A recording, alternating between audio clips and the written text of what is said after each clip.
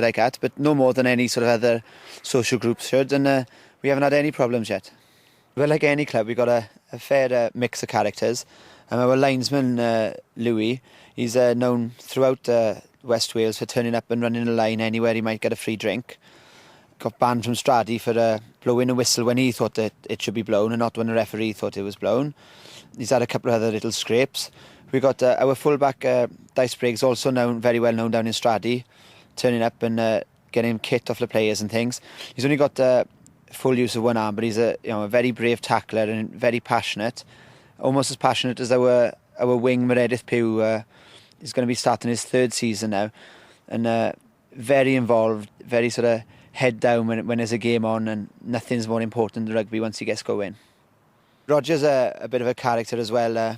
He's got his postcard collection going now. He asks anyone he meets if he'll send him a postcard. But on the field, we've managed to get his tackling down now to about neck level from where it was around the eyes. Also has a phenomenal memory for birthdays. Yeah, he seems to know everyone. We were up at the Eisteddfod this year and they were doing a little interview with Radio Wales, and he remembered all the cameramen's birthdays from the year before when he'd seen them, which surprised a couple of people. Yeah, he's very good at dates. He's not so good on line-out calls sometimes, but very good at dates. Go on there, stay free it. Go on, I know you're tough. Come on, Gibby, and again, Gibby. Come on. That's the one. Well done, The 29th of March 2003. The Welsh national side and the Warriors are on the road. Wales to Paris. The Warriors not quite so far. Right, we're up in Cefneithion today. It's Wales-France, so it's a chance to have a nice run around with a good social game before we get into the pub and watch Wales do their best across the water with a couple of beers. We get a great welcome in Cefneithion. It's a very social game. It's not our hardest match of the year, but and it's a chance for the boys to sort of unwind and experience an international in a Welsh rugby club, which not all the boys would do otherwise. How does it split between the players with disabilities and the others? It works out 50-50. We don't actually try and work any sort of formula other than to try and give as many boys with disabilities the game as possible and as much time on the field as possible.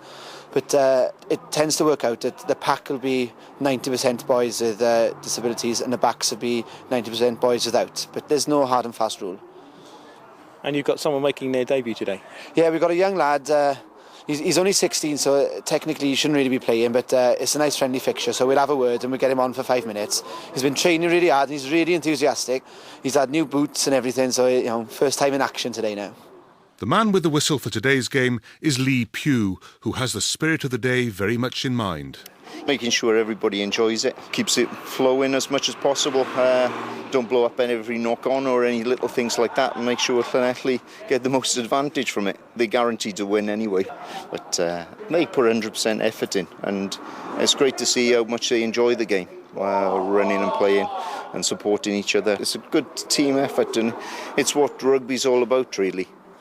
I've reffed them a few times before in previous seasons. It's good fun. It makes a change from the serious affairs on a Saturday afternoon. You don't get so much abuse? Oh, I wouldn't say that. Organising the Cefneithion side is Anthony Bonner, whose brother Chris is one of the Warriors players with disabilities. I've organised it more or less the last 3 years because my brother plays for the Warriors. I normally play for them, but we're short today and they've got too many players. So... well, we look forward to it immensely, to be honest. Very good. Alan Des centres, Darren and Meredith on the wings. Dice Briggs full-back even if he hasn't got his gloves. Right, boys, no pressure today, right? Nice social session. Come on, boy. Let the ball go, right? Boy. Have a run round. See if you can put some points up, right? Come on. Right, come in there, boys. Now then, boys. Big game today, right? Massive game. We've got to take these Warriors on. We're not going to have a 50-pointer again. Yeah!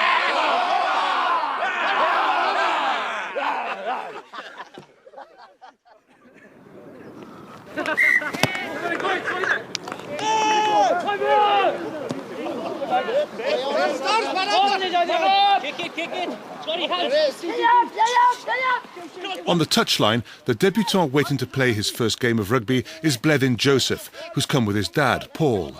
This is his first sort of experience in a team game anyway. Good exercise is what he needs, get him out of his bedroom, and definitely he needs to get out and meet more people and socialise. Has that been difficult up to now for him? I think it has, Blethyn, hasn't it? Yeah? You looking forward to going on, Blethyn? Yeah. Good luck. Stay away from the touchline. Let's go. We're ready to streak them up.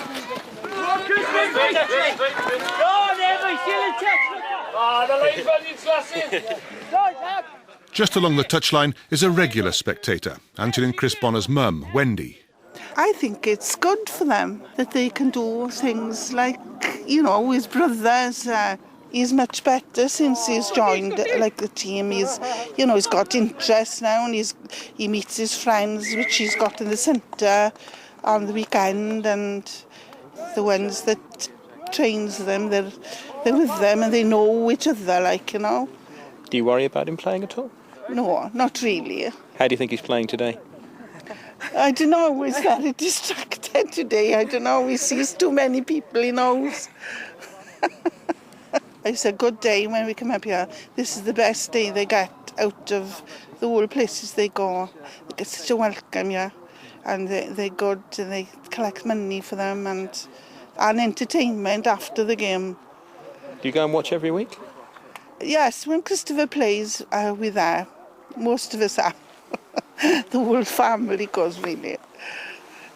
Families figure large at Swansea Gladiators too. The side frequently fields 3 father and son combinations.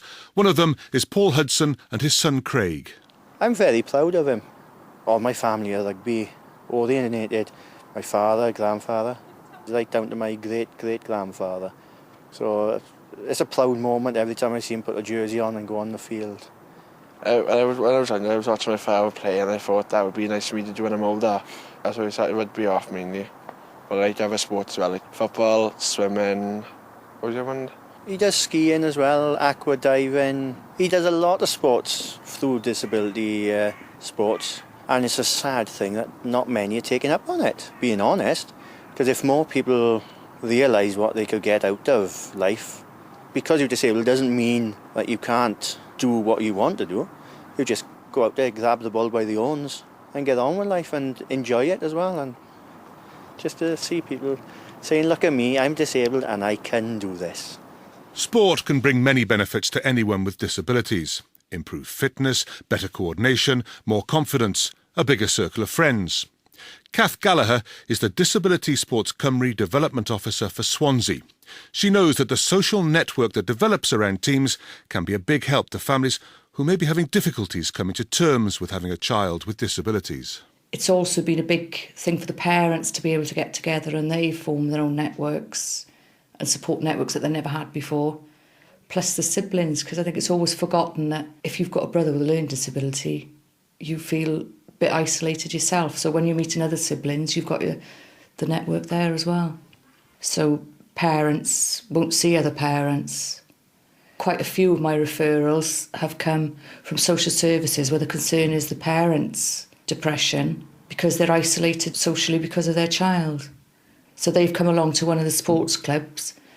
I mean, that particular mother, she's now treasurer of one club and secretary of another. And well, she said to me it's completely changed her life because all of a sudden she's out there and she's not ashamed to be out with her child. Learning that your child has a disability or a learning difficulty can be a shock, especially when the news is delivered in a less than gentle way. Julia and Tony Jemin's son Michael is a regular Gladiators player. When Michael was diagnosed at 6 weeks old as having cerebral palsy, I had an appointment to take him to hospital. The paediatrician examined Michael then, didn't speak to me, but picked Michael up by his feet to judge his reaction, put him back down and turned around to the nurse and said, "He'll always be a cabbage." My initial reaction was to take the paediatrician and rip his throat out. He treated my son like a lump of meat, and he didn't even have the decency or the courtesy to speak to me. We had no counselling, we had no support, and we were basically left with a problem. And I just want to say, I would love that paediatrician to see what Michael is now. Karen and Mark's son Christian is another Gladiators regular. Christian was 4-year-old when he was diagnosed, but I knew there was something wrong with him when he was a lot younger, but nobody would accept it. They just said that he had hearing problems. So when he went to nursery, the teacher called me aside and said that they think he's got special needs, and they called in the psychologist, and they statemented him then, and he's been in